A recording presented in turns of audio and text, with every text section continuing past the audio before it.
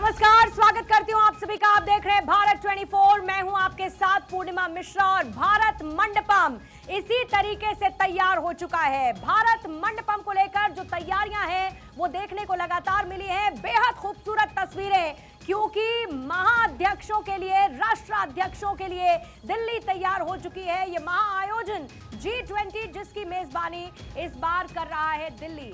और देखिए, न सिर्फ तैयारी बल्कि अनोखी तैयारी की जा रही है भारत की तरफ से देश की राजधानी दिल्ली में आज के इस खास मौके को लेकर। और ये देखिए, इसी तरीके से ये जो गेट है, यहाँ से राष्ट्राध्यक्षों के आने का सिलसिला शुरू होगा।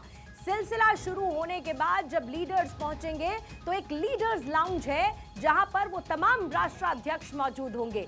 इसी के पीछे ठीक ट्री ऑफ फायर है जहां पर ग्रुप फोटोग्राफी होगी। वो तस्वीर देखने को मिलेगी जब G20 देशों के राष्ट्राध्यक्ष प्रधानमंत्री मोदी की मौजूदगी में एक साथ खड़े हुए नजर आएंगे, क्योंकि ये G20 और इसकी मेजबानी बहुत प्रॉमिसिंग तमाम लीडर्स को लग रहा है। चाहे ऋषि सुनक हो, चाहे जो बाइडेन हो, या फिर बाकी देशों के राष्ट्राध्यक्ष बहुत एक्साइटेड है भारत आने को लेकर। ऋषि सुनक कहते हैं कि उनको मिठाई खाने का बेसब्री से इंतजार है।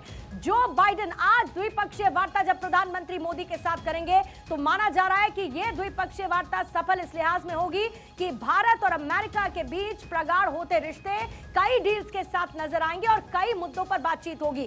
जो बाइडेन ने रवाना होने से पहले एक ट्वीट किया, अमेरिका के हितों के लिए फैसले लेने की बात की। और ये देखिए, धीमे धीमे ये तस्वीर इस वक्त घूमती हुई नजर आ रही है। ये आपको एक राउंड में इस वक्त दिलवा रही हूं और भारत मंडपम इसी तरीके से तैयार है। ये तमाम आपको जो राष्ट्र हैं उनके फ्लैग्स आपको नजर आ रहे हैं, उनके नेशन फ्लैग इस वक्त नजर आ रहे हैं, जिसमें पहले नंबर पर आपका हमारा भारत देश का तिरंगा है। और वजह यही है क्योंकि भारत इस बार कर रहा है G20 की मेजबानी। अगला देश हालांकि ब्राजील होगा, लेकिन भारत की तैयारियों के बीच ये बताना काफी है कि भारत ने अपनी पूरी तैयारी कर दी है, ताकि जब जुटे राष्ट्राध्यक्ष देशों के तो उनको एयरपोर्ट पर लैंड करने से लेकर अपने होटल रूम में पहुंचने तक, वहां से भारत मंडपम आने तक किसी दिक्कत का सामना ना करना पड़े। और इसीलिए दिल्ली अब बेदे किले में तब्दील हो चुकी है और ये वो एपिसेंटर होगा, यानी कि भारत मंडपम।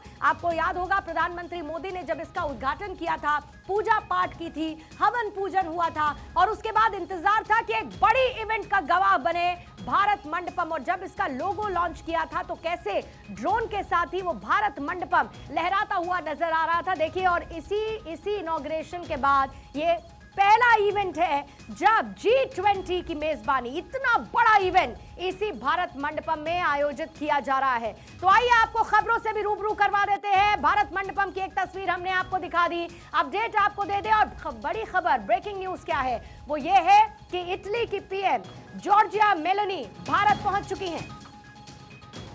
अर्जेंटीना के राष्ट्रपति दिल्ली पहुंच चुके हैं और आज ऋषि सुनक भी अब से थोड़ी ही देर बाद पहुंचेंगे, जो बाइडेन पहुंचेंगे।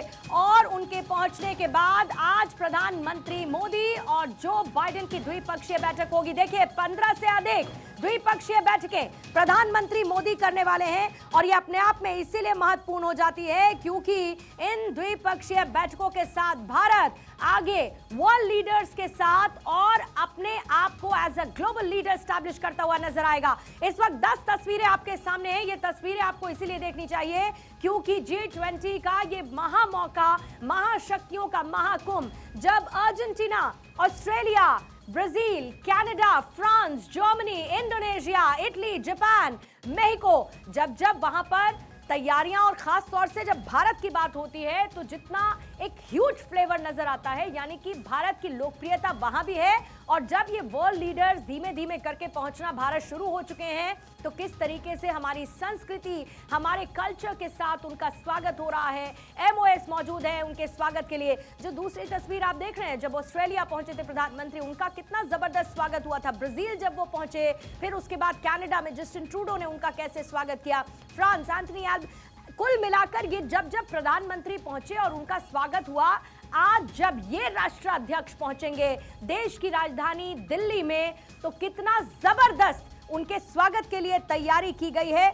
और न सिर्फ ये, बल्कि भारत मंडपम पर मेहमानों का जब आगमन होगा तो ट्री ऑफ फायर पर पीएम के साथ एक वेलकम फोटोग्राफी होगी और उसके बाद पहला सेशन होगा वन अर्थ पर।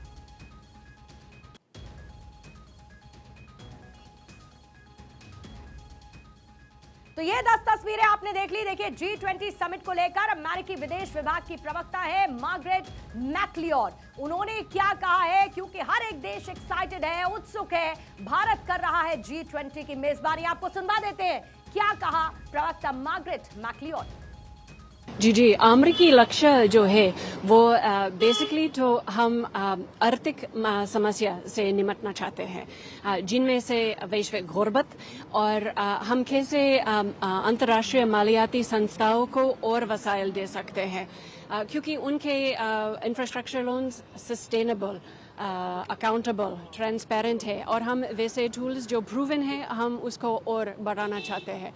फिर हम वो पोषण की सुरक्षित जो यूक्रेन पर रूस का हमला असर पड़ रहे हैं वो कितने कम कर सकते हैं, ताकि वैश्विक मंदी पर अनाज की कमी और किल्लत महंगाई और नहीं बढ़ाए।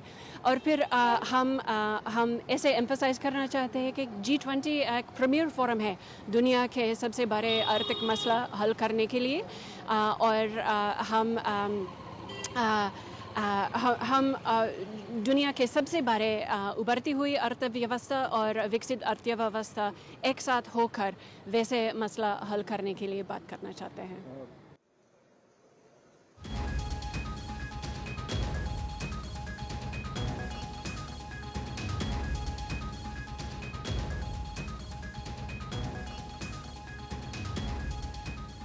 तो जैसे ही तमाम राष्ट्र अध्यक्ष पहुंचेंगे इसी भारत मंडपम में, खबर यह है कि AI एंकर स्वागत उनका करेगी। इकलौता एक कल्चरल इवेंट होने वाला है। 3 घंटे तक ये कल्चरल इवेंट चलेगा, जिसमें 78 वाद्य यंत्रों के साथ 78 संगीतकार होंगे, गीतकार होंगे जो इस इवेंट में शामिल होंगे।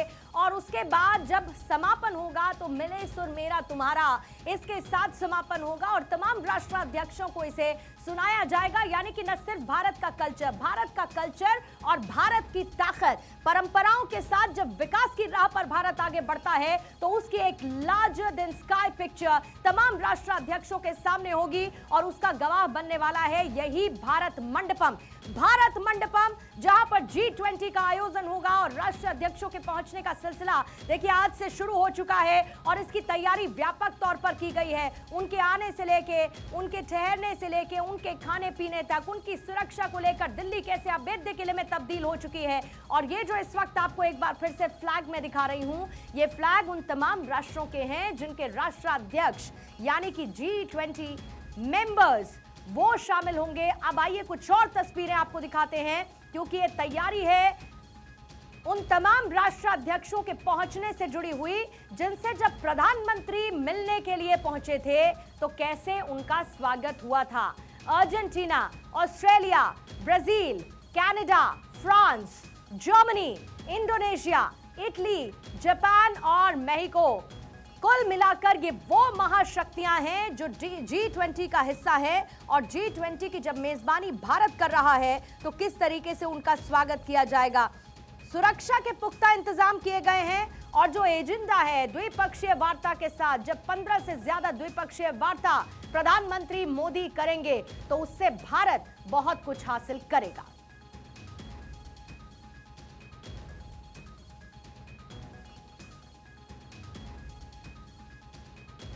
तो महाशक्तियों का ये महाकुंभ, जिसकी एक एक तस्वीर आपने देखी। मेहमान हमारे साथ लगातार बने हुए हैं। भारत 24 की एक खास कवरेज है। मोहम्मद अली शाह हमारे साथ मौजूद है, रक्षा मामलों के जानकार। यूके देवनाथ रक्षा विशेषज्ञ हमारे साथ मौजूद हैं। विनोद शुक्ला जी हमारे साथ मौजूद है, विदेश मामलों के वो जानकार हैं। और ग्रुप कैप्टन DK पांडे इस वक्त मौजूद हैं, आप भी रक्षा विशेषज्ञ हैं। डॉक्टर सुनील कौशिक भी इस वक्त हमारे साथ जुड़ चुके हैं, आप सीनियर जर्नलिस्ट हैं। सुनील कौशिक जी, आपका भी बहुत बहुत स्वागत करती हूँ और शुरुआत आप ही के साथ करूंगी, क्योंकि मैं ये जानना चाहती हूं एक आर्टिकल सर मैंने पढ़ा और वो डॉक्टर मनमोहन सिंह की तरफ से दिए गए इंटरव्यू का एक पार्ट था, जिसमें उन्होंने ये कहा कि इस तरीके के आयोजनों से पॉलिटिकल माइलेज लेने की कोशिश नहीं करनी चाहिए। बहरहाल इससे इतर क्या आज का ये मौका नहीं है जब G20 की मेजबानी भारत करने जा रहा है, और वो भी इतनी व्यापक तैयारियों के साथ, और उससे जो भारत हासिल करेगा, क्या ज्यादा फोकस हमारा उस पर नहीं होना चाहिए? क्योंकि ये तो एक एक देशवासी के लिए गौरव का पल है।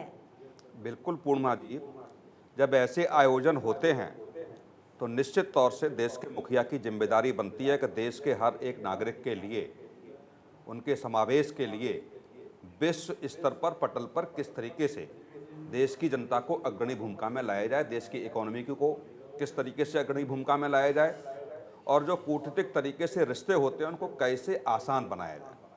यही ऐसे आयोजन है, और पूरा देश ऐसे आयोजन विदेश की धरती पर देखता आया है, ऐसी तस्वीरें, ऐसे वीडियो, लेकिन पहली बार अपने देश में ऐसे आयोजन बहुत नज़दीक तरीके से, मैं कह रहा हूँ, चैनलों के माध्यम से, सोशल मीडिया के माध्यम से देख रहा है। ऐसी जो तस्वीरें आज हम देख रहे हैं, निश्चित तौर से बहुत बड़े बड़े देशों में देखने को मिलती थी। आज हमारा देश मेज़बानी कर रहा है, बगल में ही है, बहुत ज़्यादा दूर नहीं है, तो निश्चित तौर से इसका फ़ायदा हमारा देश कैसे उठाएगा। मैं मनमोहन सिंह जी के इस जो आपने जिक्र किया उससे मैं बिल्कुल सहमत नहीं हूँ। इसलिए सहमत नहीं हूँ कि ऐसे आयोजनों का मतलब ही यही होता है, जब कूटनीतिक तरीके से वार्ताएं होती हैं, कौन से मुद्दे उसमें सम्मिलित होंगे और कौन से मुद्दों पर एक रूपता दिखाई देगी या एक रूपता करने का प्रयास हमारा देश करेगा, निश्चित तौर से इसके बड़े संदेश जाते हैं। तो जो कुछ अंतिम दिन जो भी निर्णय होगा, सारे लोग किन मुद्दों पर सहमत हैं, किन मुद्दों पर सहमत नहीं हैं, ये पूरा देश नहीं पूरा विश्व देखेगा। और जिस समय हमारा देश मेजबानी कर रहा है, इस समय देखो कठिन दौर से पूरा विश्व गुजर रहा है। यूक्रेन रसिया के युद्ध को लेकर के आप देखिए, खाद्यान्न की स्थिति को लेकर नहीं, और कौशिक जी अच्छी बात ये है कि ऐसे मौकों पर लगातार देखिए हम चर्चा कर रहे हैं। इतना क्राइसिस पूरी दुनिया ने देखा, कोरोना से हम बाहर निकले, हमने रूस यूक्रेन युद्ध हम लगातार देख रहे हैं, और ऐसे में ग्लोबली कैसे पूरा वर्ल्ड इफेक्टेड है, और उसमें भारत की भूमिका क्या है। न सिर्फ भारत की भूमिका क्या है, बल्कि भारत की भूमिका को सराहने वाले देश भी बहुत सारे हैं। मोहम्मद अली शाह, आप अग्री करते हैं मेरी बात से? क्योंकि भारत के लिए ये एक बड़ा मौका है, बड़ा मौका इस लिहाज से कि हम जब इकोनॉमिक लिहाज से हम थर्ड इकोनॉमी की तरफ जाने की बात करते हैं, थर्ड लार्जेस्ट इकोनॉमी की तरफ जाने की बात करते हैं, जब हम उस ग्लोबल लीडर के तौर पर इस्टेब्लिश होने की बात करते हैं, जो ट्रेंड सेट करता है, या ये मान के चलिए कि जो चीजों को लीड करता है, उस लिहाज से भारत के लिए ये मौका कितना महत्वपूर्ण है? बहुत ही महत्वपूर्ण मौका है हिंदुस्तान के लिए, और बिल्कुल हम लोग इसका बहुत सही तरीके से, सही रास्ते पे हम इसको इस अच्छे तरीके से लीड कर रहे हैं। जो मेज़बानी हिंदुस्तान कर रहा है G20 समिट की, आप देखिए, head of states, head of countries of so many countries, चीन को छोड़ दिए, रूस को छोड़ दिए, इसके अलावा जो जितने भी मैक्सिमम लीडर्स हैं, 60, जैसे आपने बताया था, बिल्कुल 60% of the world population, 80% of the GDP ये इनके अंडर में है, पूरा इनके साथ में है। तो बहुत बड़ा मौका है ये, और ये इससे इमर्ज हो रहा है हिंदुस्तान की छवि पूरी दुनिया में इतनी बढ़कर उभर के आ रही है। तहे दिल से खुशी हो रही है हर एक हिंदुस्तानी को। आज हर एक हिंदुस्तानी नागरिक अपना सीना चौड़ा कर रहा है फख्र से। और हम गुड़गांव से आए थे अभी, आज गुड़गांव के रास्ते में हम देखा कि क्या क्या तैयारियां, रास्ते इतने अच्छे स्पिक एंड स्पैन लग रहे थे भाई, बहुत ही शानदार। मेरे को अपना बचपन याद आ रहा था, जब बचपन में तो आम बहुत बचपन में याद है, हाईवे पे जा रहे हैं, कोई खिड़की से दरवाजा खोल के कचरा फेंक रहा है। आज स्वच्छ भारत अभियान, हर चीज आप देख लिए, हर तरीके से डिफेंस डील देख लिए, डिफेंस प्रोडक्शन देख लीजिए। वही एक्साइटमेंट फील किया, जैसे बचपन में हम एक्साइटमेंट फील करते हैं ना, कुछ नया हो रहा है, कितना सुंदर सजा हुआ है, वैसे एक्साइटमेंट देखिए आज हर किसी को फील हो रहा है। और ना सिर्फ इस सजावट को लेके, ना दिल्ली जिस तरीके से दुल्हन की तरह सजी हुई है, बल्कि अब तो क्योंकि हम मैच्योर बातें करते हैं, हम समझते हैं कि ग्लोबली हमारी वैल्यू क्या होनी चाहिए, उसको उस लिहाज से भी हमारे लिए अंडरस्टैंडिंग ये कहती है कि बहुत इंपॉर्टेंट इवेंट है भारत के लिए भी। यूके देवनाथ, क्योंकि प्रधानमंत्री बार बार इस बात पर फोकस करते हैं कि अब डेवलपिंग नेशंस के तौर पर हमने बहुत काम कर लिया, अब इट्स हाई टाइम कि हमको एक डेवलप्ड नेशन के तौर पर पहचाना जाना चाहिए। और ये भी तय बात है कि न सिर्फ इसमें बातें बल्कि एक्शंस के तौर पर हमने देखा बीते कुछ वक्त में जितने काम हुए। आपको क्या लगता है कि G20 उसमें क्या एक चेरी की तरह, चेरी ऑन द टॉप काम करेगा, और ये भारत की उस लिस्ट में एक ऐसा मौका होगा जब भारत ने न सिर्फ इसकी मेजबानी की बल्कि भारत को स्टैब्लिश किया तमाम उन वर्ल्ड लीडर्स के बीच में जो उसकी असल जगह है और जो उसके असली मायने हैं। जी हाँ, इसमें कोई शक नहीं है कि पिछले कुछ सालों में भारत ने इतना प्रगति किया है। हमारे एक एक सिटीज़न ने भारत की जीडीपी की तरफ इतना कंट्रीब्यूट किया है कि बहुत जल्दी तो मुझे लगता है क्या G20 हो सकता है कि आने वाले समय में कुछ ही सालों के अंदर भारत शायद G7, 8, 9 का भी मेंबर बन जाए। जहाँ तक भारत की बात है, मैं आपको बता दूं कि भारत ऑलरेडी एक दहलीज पे खड़ा है। हम लोग एक थ्रेशोल्ड पे खड़े हैं जहाँ पे हमें प्राय बहुत जल्दी ही विकसित देश का दर्जा मिलने वाला है।